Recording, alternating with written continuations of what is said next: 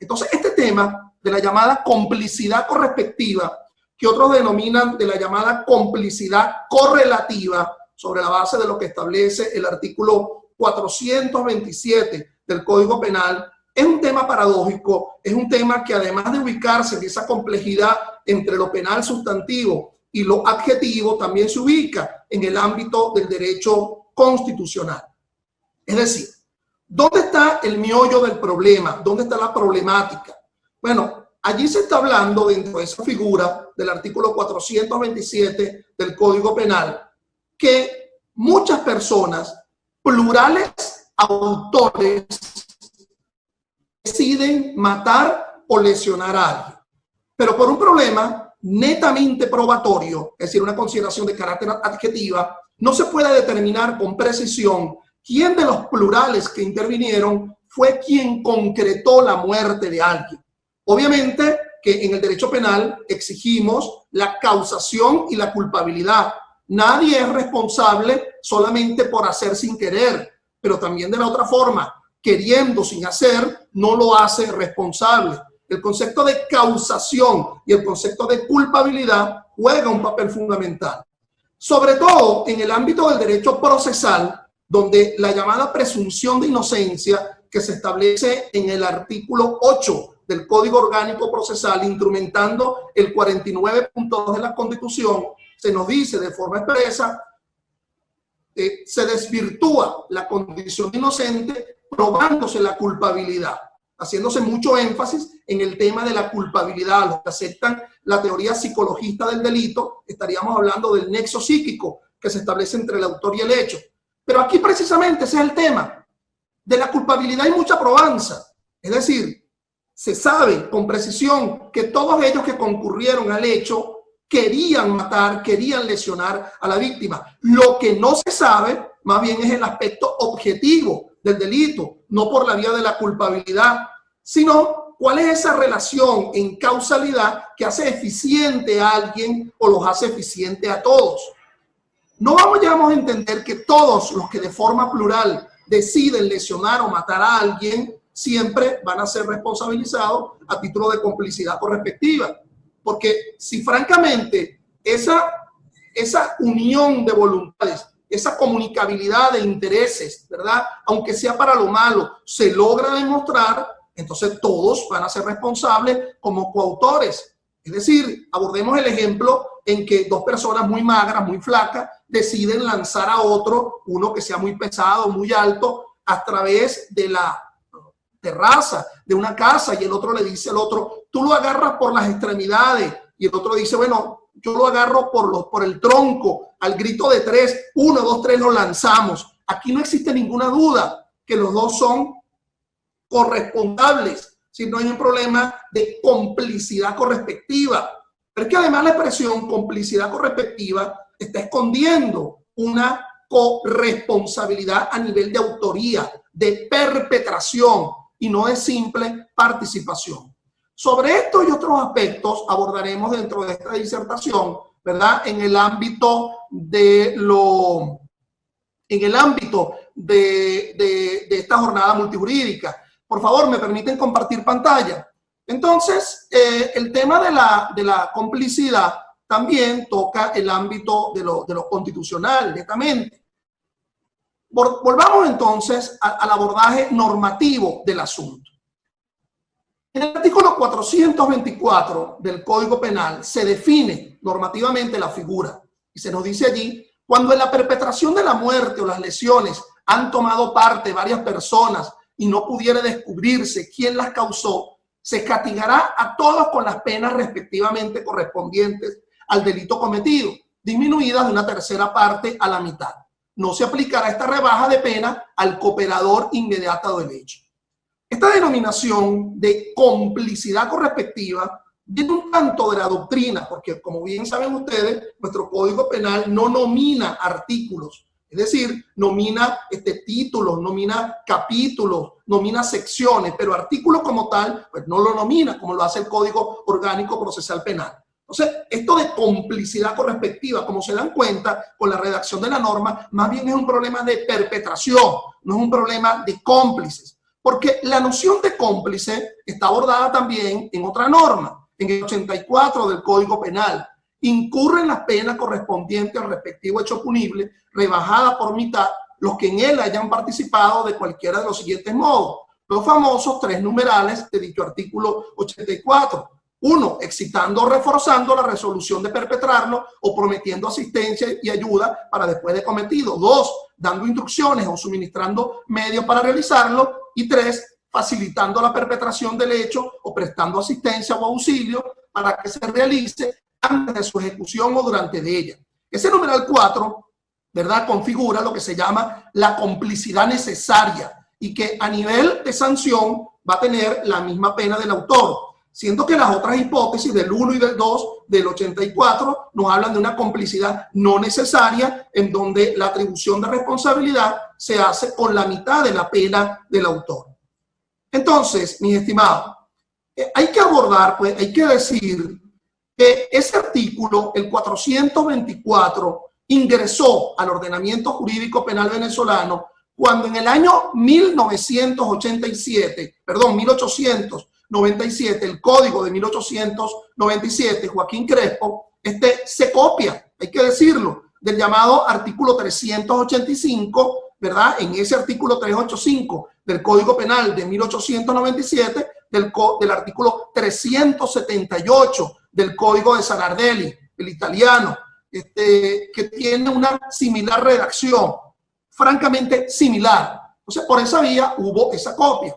Muchos de los ordenamientos jurídicos penales latinoamericanos, iberoamericanos, que se copian de ese tronco común que es Sanardelli, no tienen ya esa disposición de la complicidad correspectiva, pero aquí se sigue manteniendo en nuestro Código Penal. Vamos a graficar un poco dónde está el problema del asunto, un poco para hacerme entender, ¿ok? Para diferenciarlo con otra figura. Por ejemplo, en la coautoría hay un autor que asume una comunicabilidad de intereses y una ejecución con otro autor. Y esa coautoría perfecta, esa coperpetración, va a conducir inexorablemente al homicidio o las lesiones. Porque cuando hablamos de la complicidad correspectiva, solamente estamos hablando de complicidad correspectiva en el homicidio o lesiones. Mal pudiera entenderse de complicidad correspectiva, por ejemplo, en delitos contra la propiedad o delitos cuasi similares, como por ejemplo la inducción o ayuda al suicidio. Yo sí soy partícipe que la posibilidad de la complicidad correspectiva puede verificarse en figuras un tanto extrañas como el llamado dolo eventual. Pero sigamos comparando esta coautoría con respecto a la figura que hoy nos ocupa. Eso es la coautoría. En cambio, la llamada concausalidad, que es otra norma que establece nuestro Código Penal, ¿verdad? En el artículo 408 del Código Penal, hay un autor inicial que tiene un propósito de muerte, un propósito necandi, un dolo en tal sentido, y realiza su medio él cree que es eficiente para la comisión del delito de homicidio. Pero ese medio, lamento decir, que no es tan eficiente, ¿ok? Es decir, ese medio hace que esa actuación se quede a mitad de camino. En esa mitad de camino, otro interviene, el llamado coautor, que no tiene ningún tipo de relación con el autor inicial. Para la concausalidad, más bien se exige que esa concausa sea sobrevenida o desconocida por el autor inicial. Por cierto, que no todas las concausas son de origen humano, porque pudiera ser que el árbol se cayó a quien yo intentaba matar y lo dejé allí tirado al piso creyendo que estaba muerto y lo termina matando el árbol que se cae. O yo creía que con lo que yo había hecho esa persona murió, pero murió era por una circunstancia cardíaca. En el caso de la concausalidad, entonces, ese autor subsiguiente es el que causa el homicidio. Pero si el autor inicial no lo hubiese dejado en esa mitad de camino, ¿verdad? El otro no hubiese asumido el remate. En cambio, en el tema que nos ocupa, en la llamada complicidad correspectiva, nótese que en la concausalidad no hay relación alguna entre el autor inicial y el autor posterior. Es decir, hay un desconocimiento de su actuación. En el caso de la complicidad correspectiva, hay un autor que actúa con dolo, un dolo de matar o un dolo de lesionar, pero también lo hace conjuntamente con otro. Por cierto, esa comunicabilidad puede ser instantánea, en el mismo momento. No exige necesariamente una premeditación con mucho tiempo, con mucha antelación. Y esa unión va a conducir indefectiblemente a la realización del homicidio o de las lesiones. Hasta ahora todo perfecto. Ustedes hablan de experiencia, de la coautoría. El pequeño problema es un problema de probanza. Es decir, se estaría probando esa culpabilidad, pero la objetivización, la realización de la perpetración, no se puede identificar cuál de esos plurales fue realmente el causante del hecho. Existe un problema de ausencia de demostración. Por eso digo que es un tema que va en doble vía. Bueno, este tema entronca francamente con el tema de la presunción de inocencia. Ahí lo establece la Constitución en su artículo 49.2, presunción de inocencia, uno de los derechos que conforman la garantía al debido proceso. La persona se presume inocente a menos que se le pruebe lo contrario. Es decir, que se le pruebe al margen de toda duda que hay una certeza de culpabilidad. Esa presunción de inocencia que nos ubica también instrumentalmente, como lo había dicho con anterioridad, al ámbito del Código Orgánico Procesal Penal. Pudiéramos tener dos soluciones. Bueno, es una norma francamente inconstitucional, como lo ha manifestado el maestro que hoy honramos, el maestro Alberto Arteaga, en su manual de Derecho Penal, y por lo tanto desaparecer dentro del ámbito del ordenamiento jurídico penal, porque francamente hay un tema en el cual no hay una probanza eficiente para la individualización.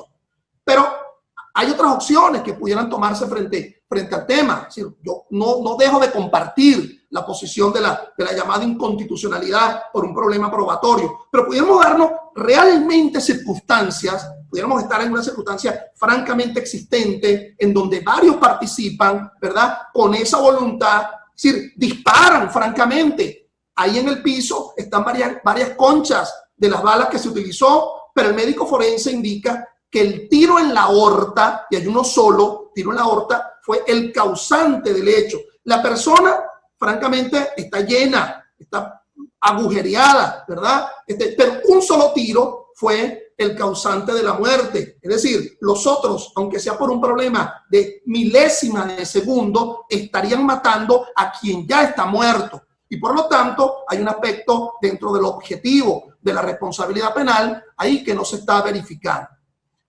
Fíjense que el tema de la presunción de inocencia, como yo se lo manifestaba, tiene un nivel tanto en la Constitución como en el ámbito del Código Orgánico Procesal Penal. Nos dice el 8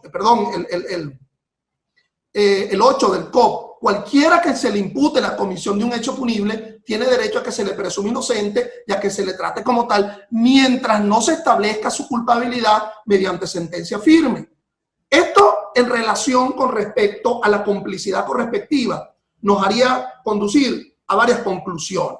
Uno, si ese es el tema que se estaría abordando,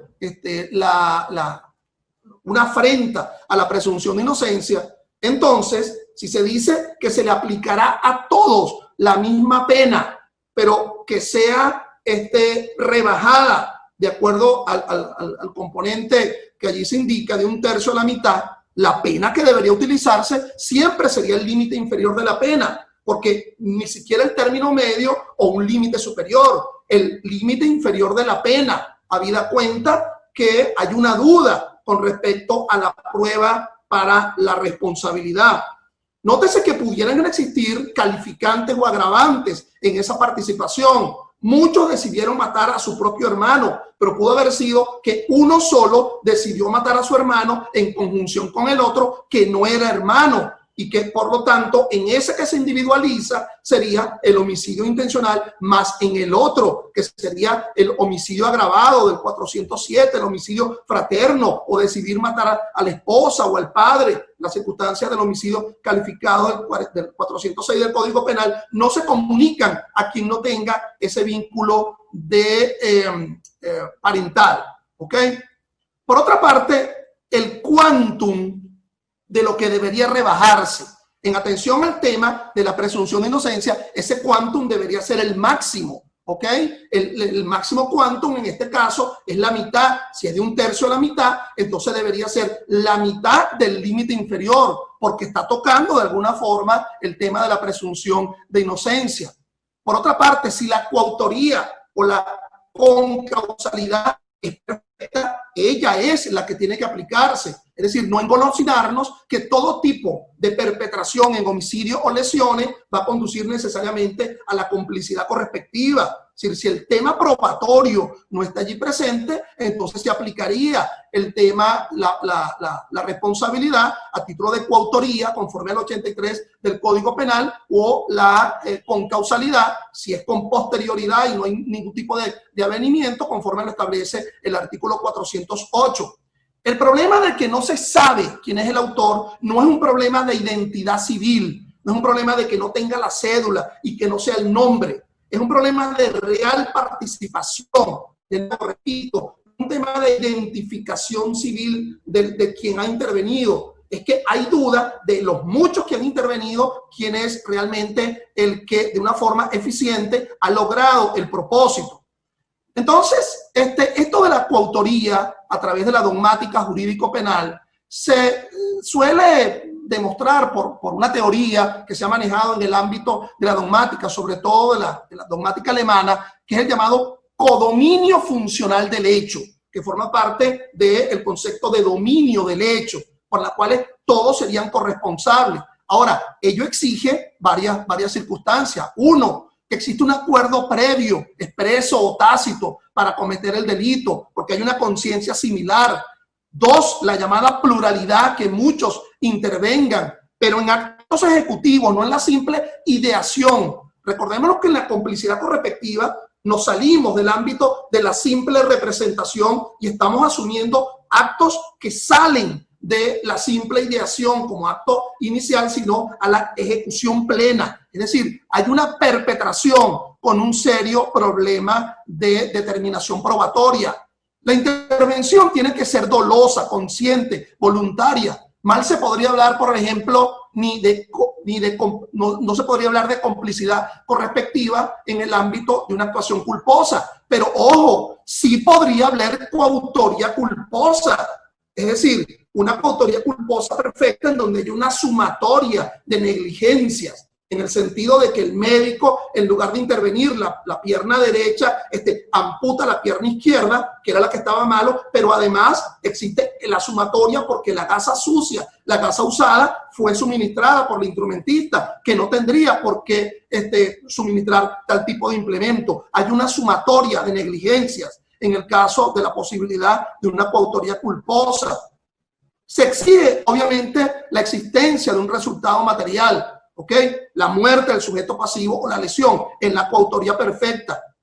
Y, indubitablemente, en el tema del codominio funcional del hecho, se hablaría de una demostración del nexo causal, que es lo que aquí no tiene la complicidad correspectiva. Vamos a abordar algunas sentencias, como en el ámbito nacional, ha sido tratado el tema de la complicidad correspectiva. Por cierto, esas sentencias no solamente son dentro del ámbito reciente del Tribunal Supremo de Justicia, sino que desde la vieja Corte Suprema de Justicia el tema había sido tratado, ¿ok? Por ejemplo, en el año 1957 se dice los llamados factores de la correlatividad. Se dice que para que pueda alguien ser sancionado a título de complicidad correspectiva, tiene que haber la prueba de que varias personas han tomado parte en la perpetración y la constancia de que no puede descubrirse quién la causó, como lo dijo este fallo de agosto de 1957. Es decir, mi estimado, que puede hablarse de la complicidad en la complicidad correspectiva. Parece un juego de palabras. A ver, me explico. Varios ayudaron a los varios perpetradores, ¿ok?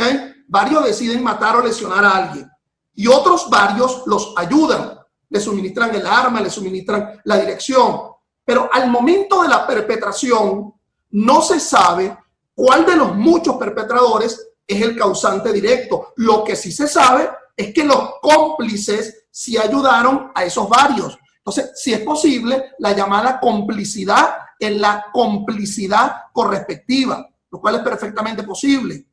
La sentencia 939 de diciembre de 1993 de la Corte Suprema de Justicia en la Sala de Casación Penal, se dice que presupone la indeterminación o desconocimiento del autor o cooperador inmediato del hecho, cuando la perpetración ha concurrido varias personas. Aquí está incorporando un nuevo elemento, que la duda ya no solamente sea de los que perpetran, sino que también la duda está posible en el cooperador inmediato.